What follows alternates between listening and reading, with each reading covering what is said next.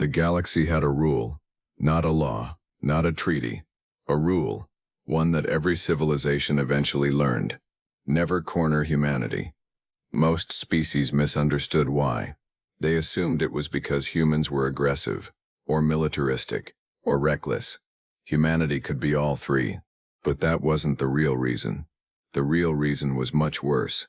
Humans solved problems, and once humanity decided something was a problem, it usually stopped existing.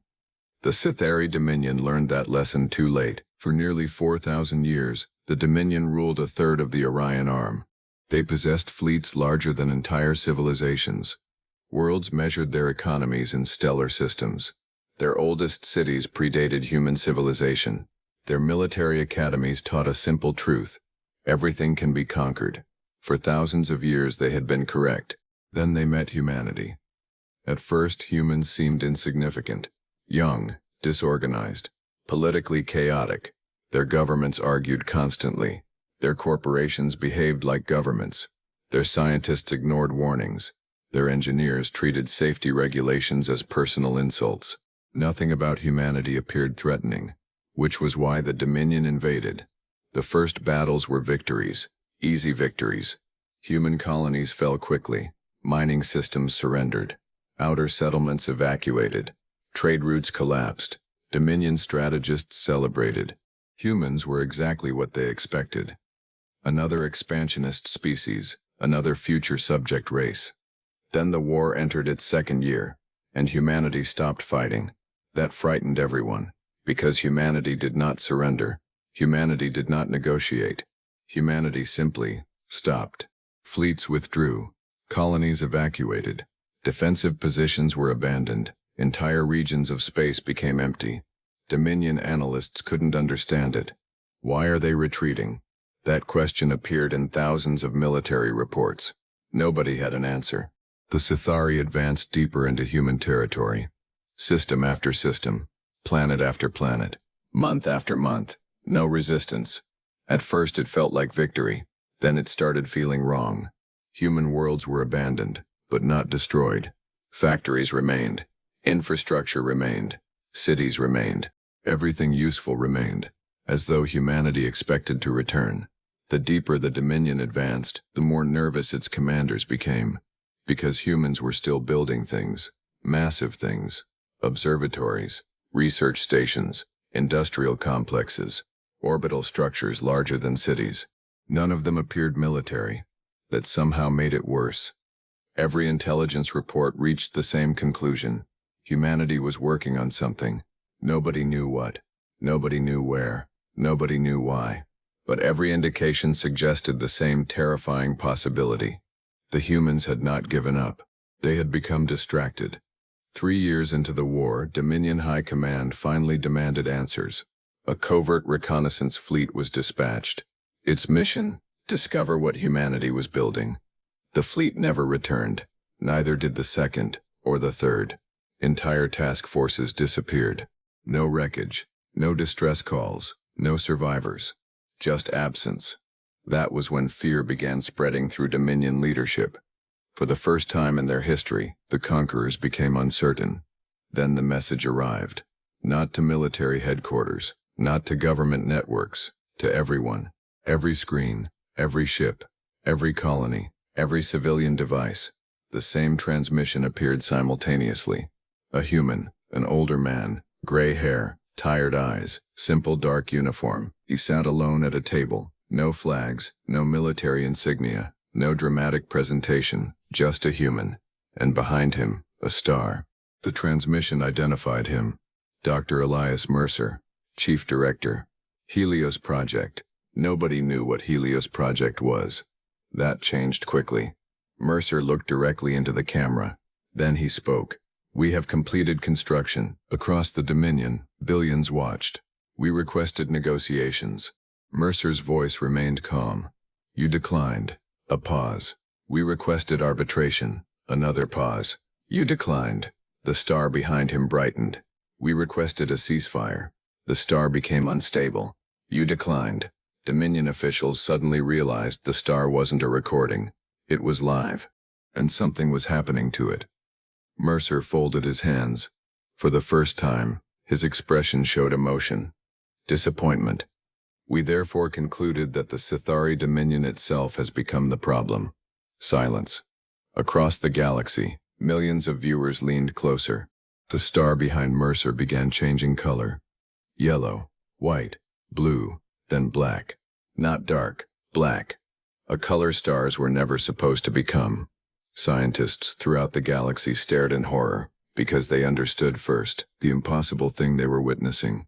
Humanity had not built a weapon. Humanity had built something much worse. A solution. Mercer spoke one final sentence. The Dominion believes everything can be conquered. The black star expanded. Reality bent around it. Entire observatories began screaming alarms. Then Mercer smiled. A very human smile. Let's test that theory. The transmission ended, and 12 seconds later, humanity turned off a star. The star did not explode. That was the first problem. Every civilization understood exploding stars. Supernovas, hypernovas, stellar collapse, gamma-ray bursts. Those were terrifying, but they were familiar. Nature produced them all the time. What happened to the star in the Helios transmission was different. The star simply stopped. One moment it was generating energy. The next moment it wasn't. No explosion, no collapse, no visible destruction, just absence, as though someone had reached into reality and disconnected it. Across the galaxy, observatories entered crisis mode. Scientists worked around the clock. Military analysts demanded answers. Governments ordered emergency investigations. Nobody could explain what they had witnessed. Then the data started arriving. The star still existed. Its mass remained. Its gravity remained. Its planetary system remained intact. But fusion had ceased. Completely. Impossible. Every known model of stellar physics agreed on one thing. Stars were not machines. They could not simply be turned off. Yet humanity had done exactly that. The scientific community spent 72 straight hours trying to prove the observations were incorrect. They failed. By the fourth day, panic had spread through every major research institution in known space, because a terrifying realization emerged. If humans could stop fusion, they could stop any star, including inhabited systems, including homeworlds, including civilization cores, including the Sythari Dominion itself. That realization reached Dominion High Command at exactly the same moment it reached everyone else. The response was immediate. Emergency military mobilization, fleet dispersal, strategic relocation, government continuity planning. For the first time in 4,000 years, the Dominion prepared for extinction, but the panic was only beginning, because humanity released another transmission. This one was shorter, far shorter, a scientific briefing. No threats, no demands, no propaganda, only facts. Dr. Elias Mercer appeared again. Behind him floated a holographic model of a star. The media has incorrectly described Project Helios as a weapon. Mercer sighed. It is not a weapon. That statement somehow made everything worse. It is an engineering system. Across the galaxy, billions watched. Mercer expanded the hologram. The star opened like a diagram. Layers, fields, particle flows, gravitational structures, processes nobody understood. For centuries, Mercer explained, humanity studied stellar ignition. The hologram rotated. Eventually we learned something important. Mercer paused. Stars are not difficult to start. The galaxy waited. They are difficult to maintain. Silence. Mercer highlighted invisible structures surrounding the star. We discovered several previously unknown quantum stabilization mechanisms required for long-term stellar fusion. Scientists watching the broadcast immediately began shouting at their screens, because the equations appearing behind Mercer were horrifying. Not wrong, horrifying. The mathematics worked. The implications were catastrophic. Mercer continued. Stars survive because reality continuously corrects small instabilities. More equations appeared. Project Helios learned how to interrupt those corrections. A simulation appeared. A star. Then a field surrounding the star. Then nothing. Fusion stopped. The star darkened. Exactly as everyone had witnessed. Mercer folded his hands. It is remarkably energy efficient. Millions of viewers nearly had heart attacks. Energy efficient. Humanity had apparently discovered a method of extinguishing stars that was practical, not theoretical, not experimental. That single word triggered more panic than the demonstration itself, because practical technology spreads. Practical technology scales. Practical technology becomes infrastructure. A superweapon was terrifying. An industrial process was worse, far worse. Then came the next revelation. Project Helios was not unique. The original installation required 12 years to build. The second required 4. The third required 18 months. Human manufacturing efficiency had done what it always did. It optimized. By the time Mercer delivered his presentation, humanity had already completed 27 Helios arrays. The galaxy collectively forgot how to breathe. 27. Not 1, 27. Distributed across human territory, mobile, operational, capable of targeting stars across interstellar distances. The Sythari Dominion suddenly realized why human worlds had been abandoned. The retreat, the evacuations, the empty colonies. They had all served one purpose: buying time. Humanity had never been losing the war. Humanity had been building, and now construction was finished. Dominion leadership immediately requested negotiations. Humanity declined. Dominion leadership requested arbitration. Humanity declined. Dominion leadership requested emergency diplomatic talks. Humanity declined. The irony was not lost on anyone. 3 years earlier, humanity had requested those same things. 3 years earlier, the Dominion had laughed. Now nobody was laughing. Then something unexpected happened. The oldest civilizations entered the conversation, species older than the Dominion, older than human civilization, older than many stars. Several had remained neutral throughout the conflict. Now they intervened, not to support humanity, not to support the Dominion, to stop something else, because they understood a danger nobody else had noticed. The Helios array was not merely a military technology. It was a precedent. If one civilization learned how to switch off stars, others eventually would too. The galaxy had entered a new age, and everyone knew it. The oldest civilization in known space, the Aurelian continuum, finally released a statement. The message was transmitted to every major government simultaneously. It contained only one sentence: humanity has altered the strategic value of suns. That sentence terrified experts more than anything Mercer had said, because it was true. For billions of years, stars had been constants, immutable, permanent. Now they were infrastructure. Infrastructure could be manipulated, protected, targeted, controlled. Entire economic models collapsed overnight. Military doctrines became obsolete.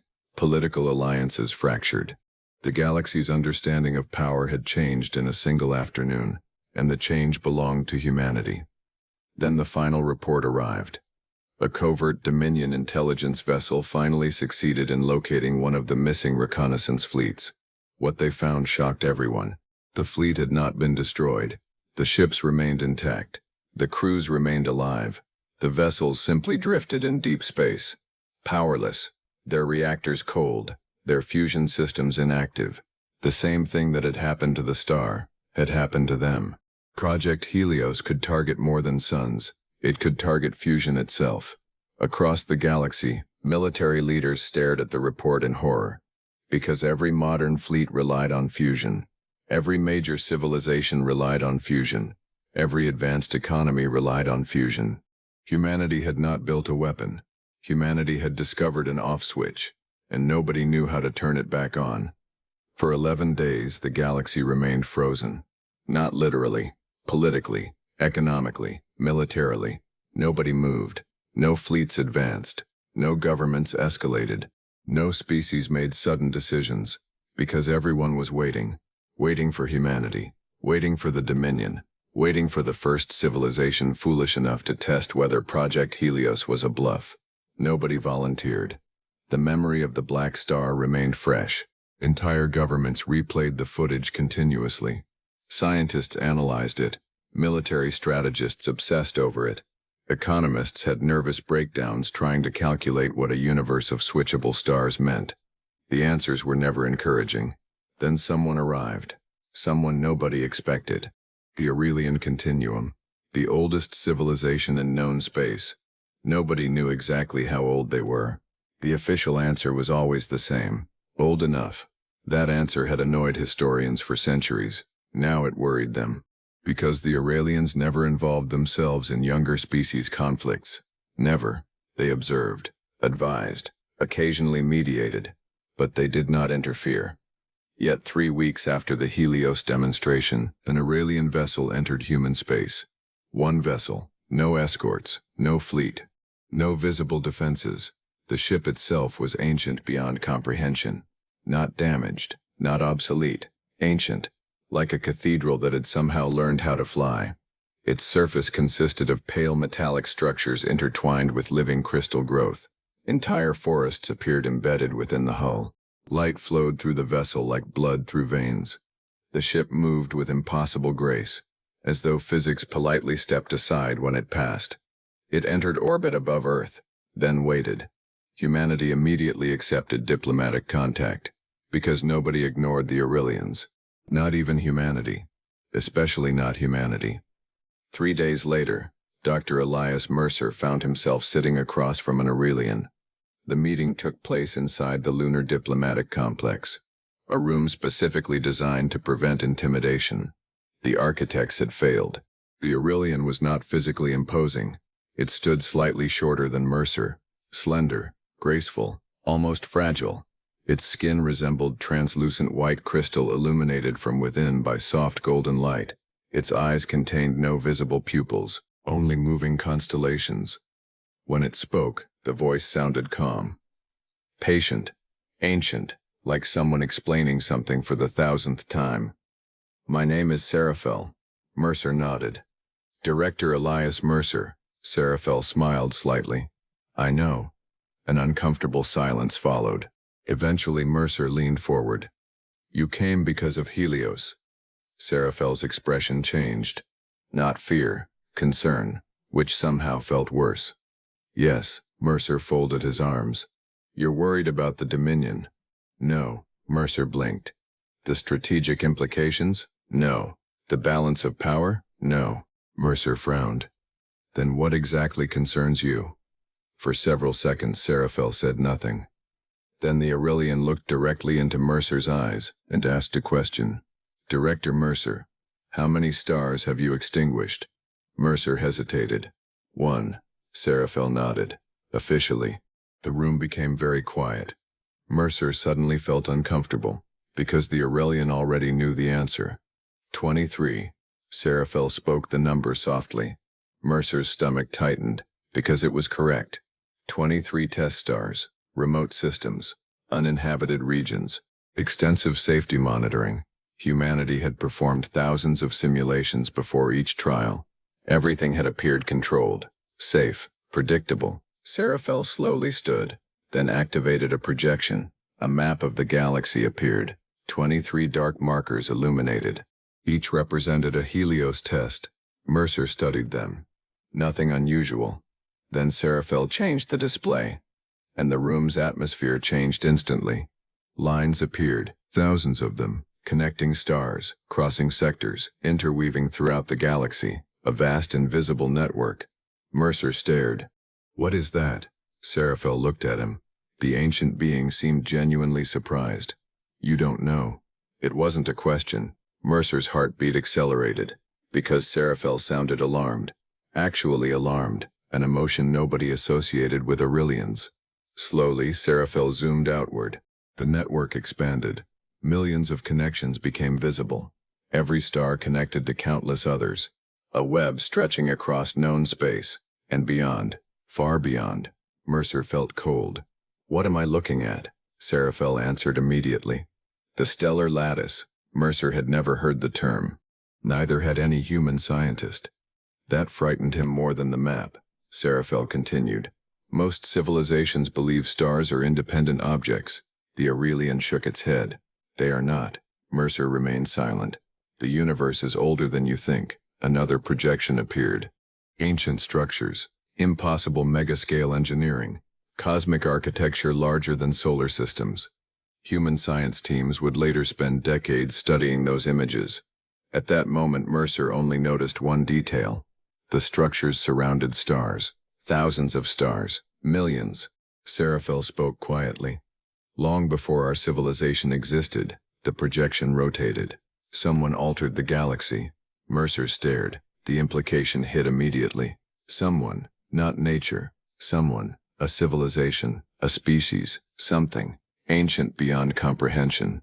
The projection zoomed further outward.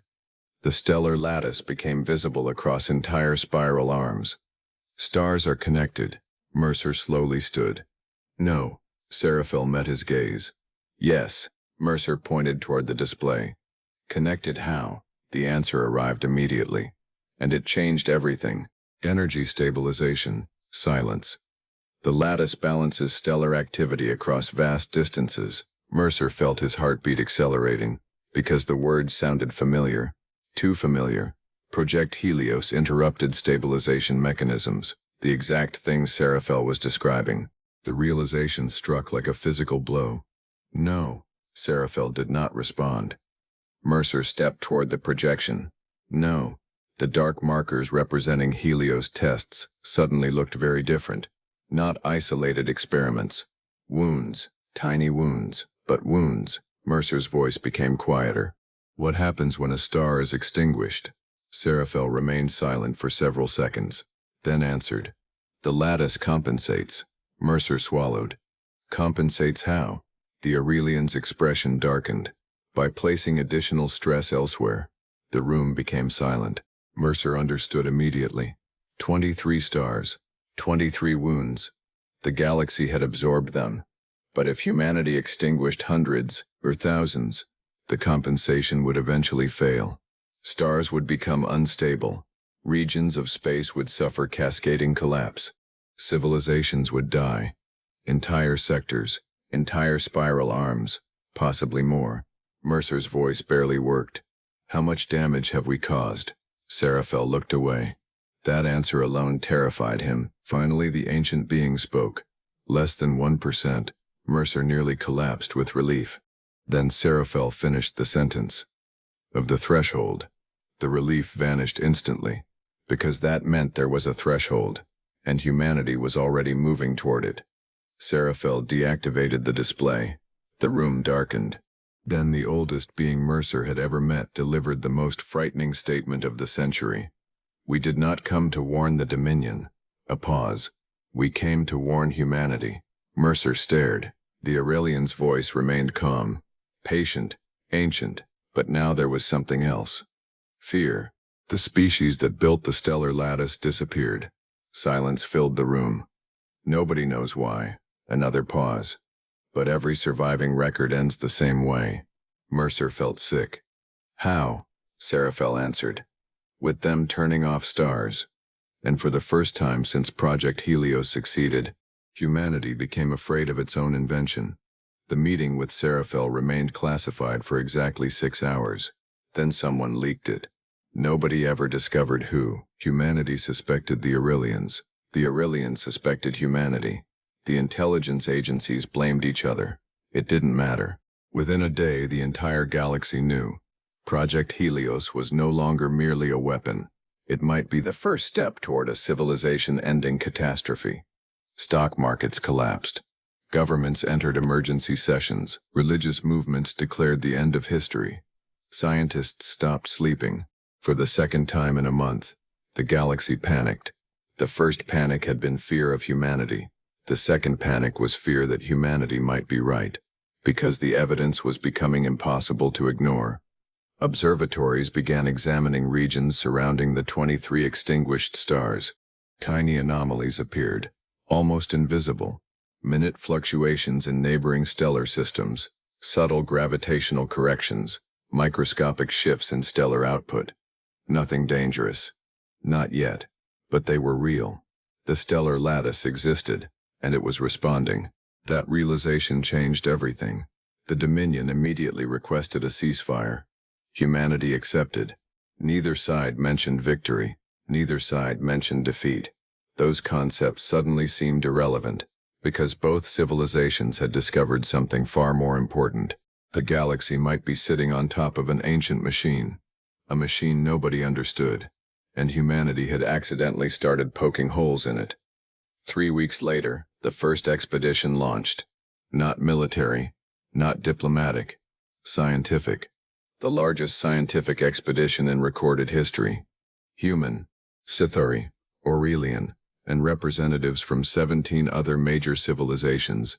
Its destination was a region known as the Ash Veil, a section of interstellar space avoided for millions of years, not because it was dangerous, because it was strange. Stars there behaved differently. Navigation systems experienced subtle errors. Communications occasionally arrived before they were sent. Light sometimes bent in impossible ways. The region had accumulated hundreds of superstitions. Scientists generally ignored them, until Seraphel revealed something important. The center of the Ash Veil sat directly on one of the oldest and largest stellar lattice junctions ever discovered. If answers existed, they would likely be there. The expedition consisted of 73 vessels. At its center traveled humanity's newest research ship, the UES Horizon Principle, a vessel nearly 6 kilometers long, constructed specifically for deep-time archaeology. Unlike warships, it carried laboratories, sensor arrays, quantum observatories, historical reconstruction systems. Its primary weapon was curiosity. Humanity considered that sufficient. Dr. Elias Mercer personally joined the mission. Most people thought that was a terrible idea. Mercer agreed, then went anyway. 26 days later, the expedition entered the Ash Veil. Nothing happened, which somehow made everyone more nervous. The region felt wrong. Stars appeared slightly dimmer. Distances seemed inconsistent. Sensor readings occasionally contradicted visual observations. Crew members described the experience the same way. It felt like being watched. Nobody could explain why. On the 31st day, they found it. At first, nobody understood what they were seeing. The object appeared larger than a solar system, then larger than several solar systems. Then the sensors began failing, because the structure wasn't one object. It was millions, interconnected, a vast web of artificial constructs wrapped around an entire stellar cluster. The bridge of the Horizon Principle became completely silent. Even experienced scientists forgot to breathe. The structure dwarfed everything humanity had ever built. Orbital rings larger than planetary systems. Energy channels stretching between stars. Geometric formations measured in astronomical units. And all of it was ancient. Unimaginably ancient. Seraphel stared at the display. For the first time, the Aurelian appeared shocked. Impossible. Mercer looked over. You've never seen this before. Seraphel slowly shook his head. No. That frightened everyone, because if the Aurelians had never seen it, nobody had. The expedition moved deeper. The discoveries became increasingly disturbing. Entire sections of the structure had been destroyed, not damaged, destroyed, violently. Some components appeared melted, others shattered, others simply missing. Evidence of war, ancient war, the oldest war ever discovered. Then they found the archive. Human scientists initially thought it was another structural component. It wasn't. It was a message deliberately preserved for anyone capable of reaching the site. The archive activated when the expedition approached. Ancient symbols appeared. Languages emerged. Translation systems engaged. Then a figure appeared. Not an alien, not exactly. A recording, a digital reconstruction. The last surviving testimony of the civilization that built the Stellar Lattice. The figure resembled no known species. Tall, slender, bioluminescent. Its body seemed partially composed of light. Its eyes focused directly on the viewers, and spoke. If you are seeing this, the bridge fell silent, then we failed. No one moved, no one spoke. Millions of years vanished in an instant. The being continued. We are the architects. Another pause. We built the lattice. The display expanded. Stars connected across the galaxy, energy flowing through immense networks. The same structures humanity had only recently discovered. The architect's voice remained calm, measured. We built it to protect civilization. Mercer frowned. Protect it from what? As if hearing the question, the recording continued. We believed entropy could be controlled. The room grew quiet. We believed stellar death could be delayed indefinitely. A chill spread through the bridge. The architect looked away briefly, a gesture so human it was unsettling. We were wrong. Silence. The recording shifted. New images appeared. Ancient stars, lattice nodes, massive energy transfers. Then something else. A symbol. One repeated throughout the archive. A black star. Mercer's blood ran cold. The same symbol appeared repeatedly. Again, again, again. Warning markers, hazard indicators, emergency protocols, everywhere. Then the architect spoke the words that would become famous across the galaxy. We created the first sun killer. Nobody moved. Nobody blinked. The recording continued.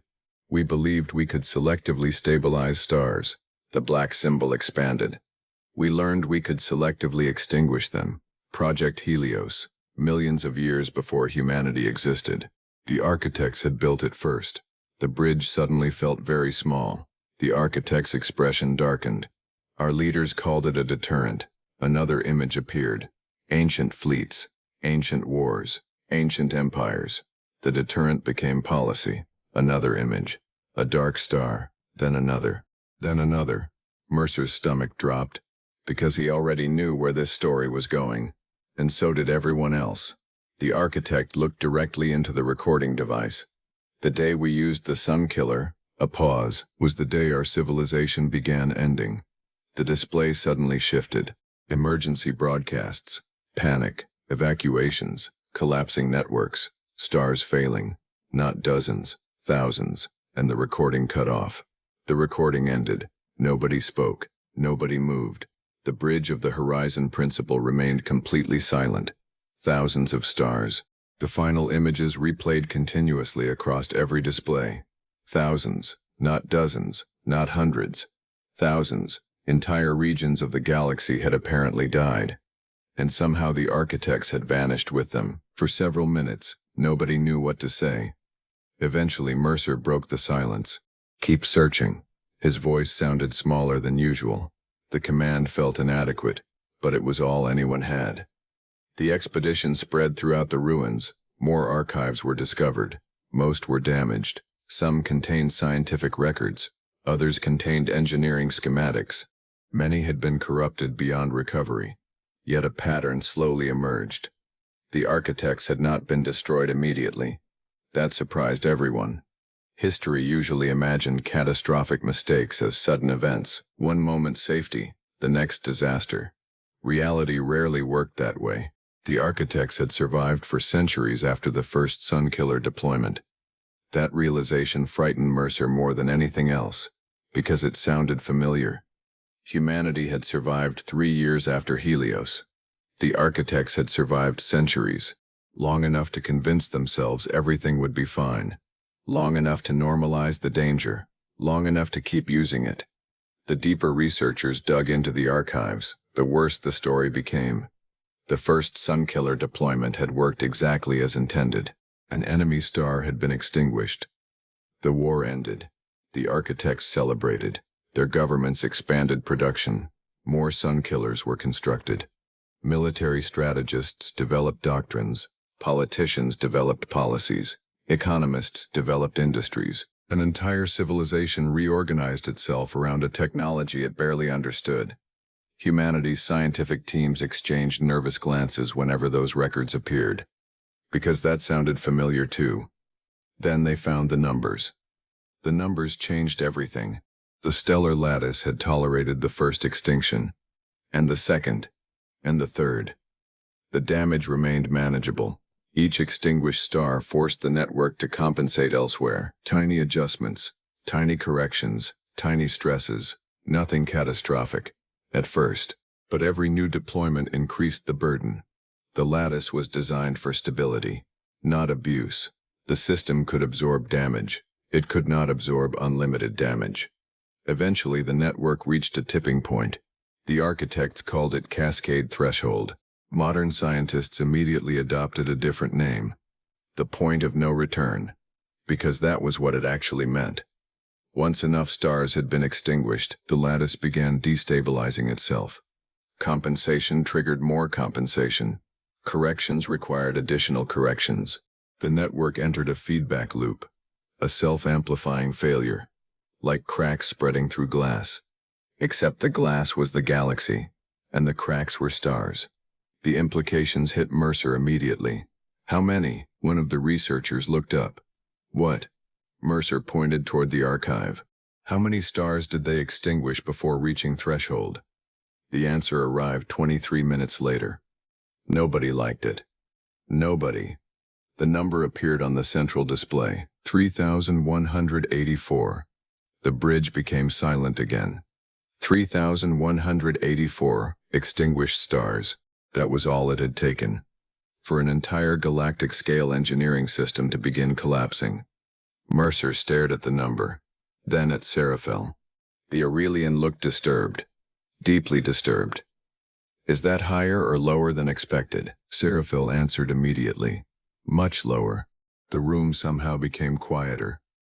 Mercer felt sick, because the Aurelians had survived millions of years studying the Stellar Lattice, and even they had overestimated its resilience.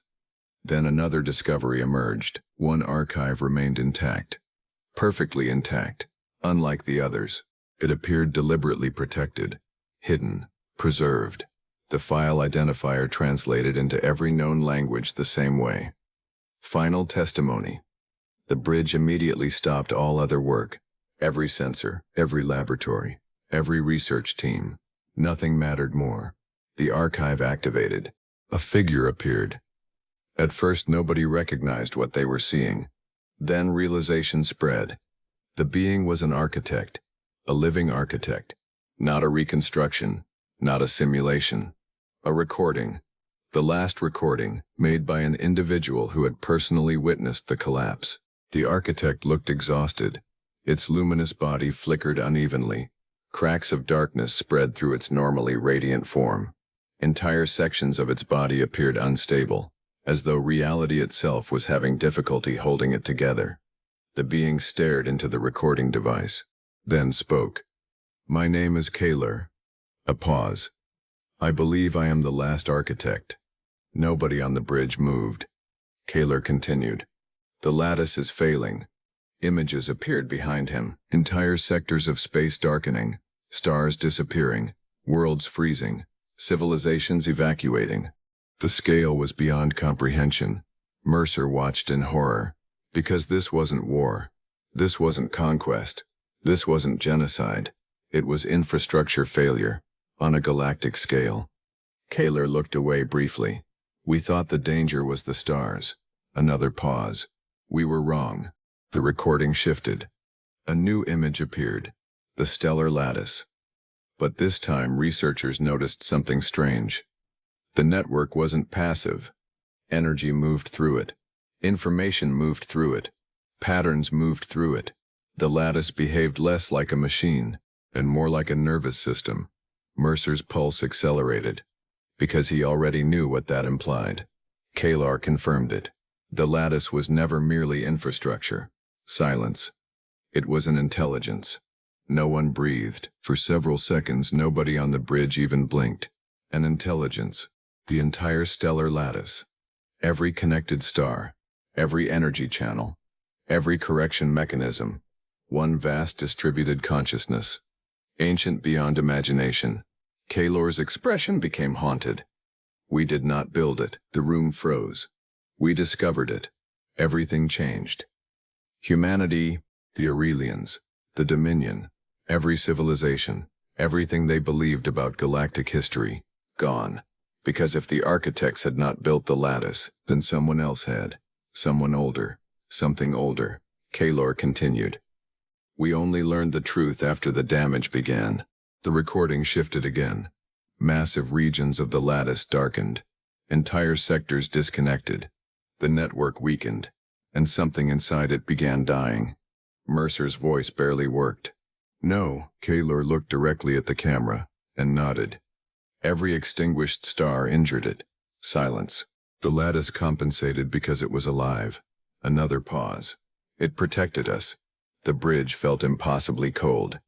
Kaler's final words arrived slowly, carefully, as though spoken to civilizations millions of years in the future, civilizations exactly like humanity. We thought we were using a machine. The architect closed its eyes. We were killing a guardian. Darkness spread across the recording. The image began failing. Kaler's final sentence echoed through the bridge, and would later become one of the most famous warnings in galactic history. If you have built another sun killer, static filled the screen. Stop. The recording ended. Nobody spoke. Nobody moved. Because for the first time since Project Helios was created, humanity understood the truth. The Helios array was not a weapon. It was a knife, and the galaxy had been stabbing something that was trying to keep it alive.